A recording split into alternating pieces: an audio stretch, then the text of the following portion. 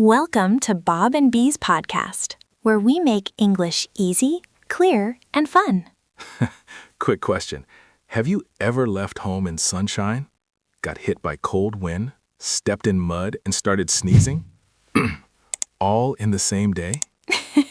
Then congratulations, you already understand March. In today's episode, you'll learn natural English words and expressions for talking about March, spring weather, flowers, and allergies. So stay with us, because by the end of this lesson, you'll be able to describe March in English like a native speaker. Today, we're talking about March. Ah, yes, March, the month that cannot decide what it wants to be. Exactly. Is it winter? Is it spring? Is it sunshine? Is it rain? The answer is yes. March is one of the best months for learning English vocabulary because there is so much to talk about: weather, nature, clothes, allergies, and even mood. So, if you want to speak about this season in a more natural way, let's begin. First, let's keep it simple.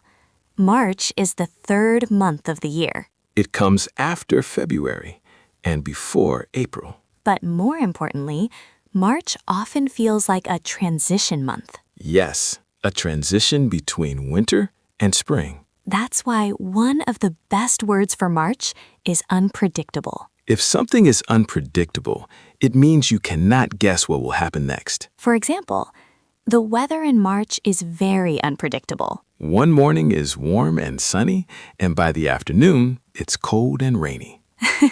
Sometimes the sky changes 3 times before lunch. March has a lot of personality. There's also a very well-known English saying about this month. Yes, March comes in like a lion and goes out like a lamb. This means the beginning of March is often wild, cold, windy, or stormy, like a lion, strong, noisy, and intense. And the end of March is usually calmer and gentler, like a lamb, soft, quiet, and peaceful. A lamb is a baby sheep, by the way. Smiles. It's a beautiful expression, even if it's not always true.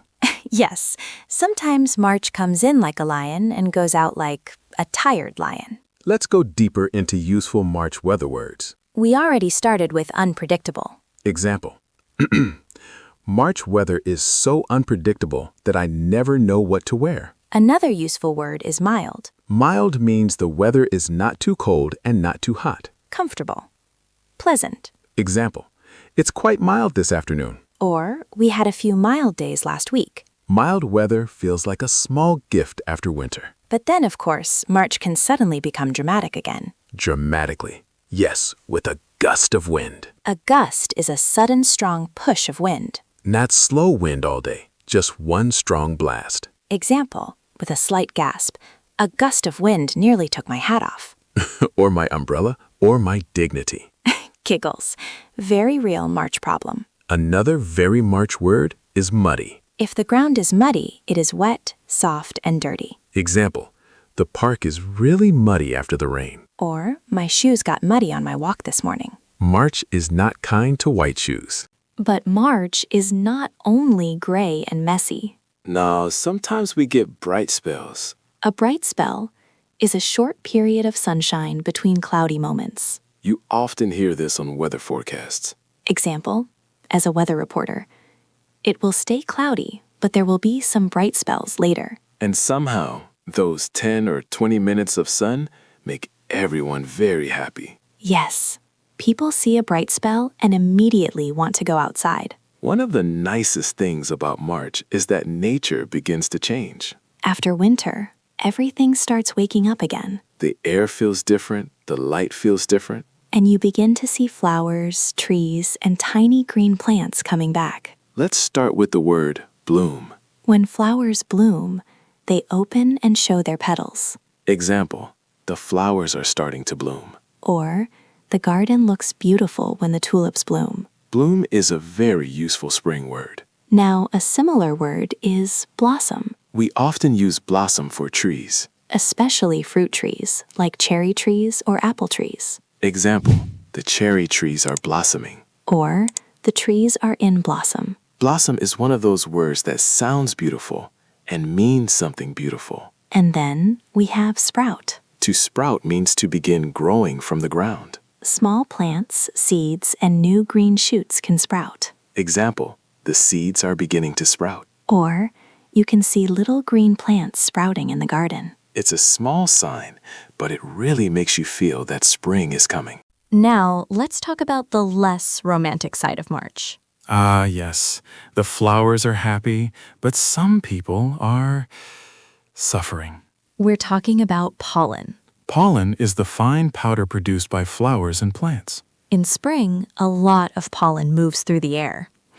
And for many people, that causes allergies. The common English term is hay fever. Hay fever is an allergic reaction to pollen. Common symptoms include sneezing, itchy eyes, watery eyes, and a runny nose. Example, my hay fever gets bad every March. Or there's a lot of pollen today, so my allergies are terrible. If someone is sneezing a lot in spring, you can ask, is it a cold or is it hay fever? That sounds much more natural for this season. Another big March question is, what do you wear? Yes, every morning feels like a guessing game. Too warm for a heavy coat, too cold for just a t-shirt. That's why one useful word is windbreaker. A windbreaker is a light jacket that protects you from wind and a little rain. Example, I always take a windbreaker with me in March. It's light, practical, and perfect for changing weather. March is really the season of layers. Yes, t-shirt, sweater, jacket, and hope. March also changes the way people feel inside their homes. And there is a great phrasal verb for that, air out. To air out a room or a house means to open the windows and let fresh air come in. Example, I open the windows to air out the apartment. Or, we need to air out the bedroom. After months of closed windows, this feels amazing. It makes the whole home feel fresh and alive again. March is not only about weather and nature, it also changes how people feel. Yes.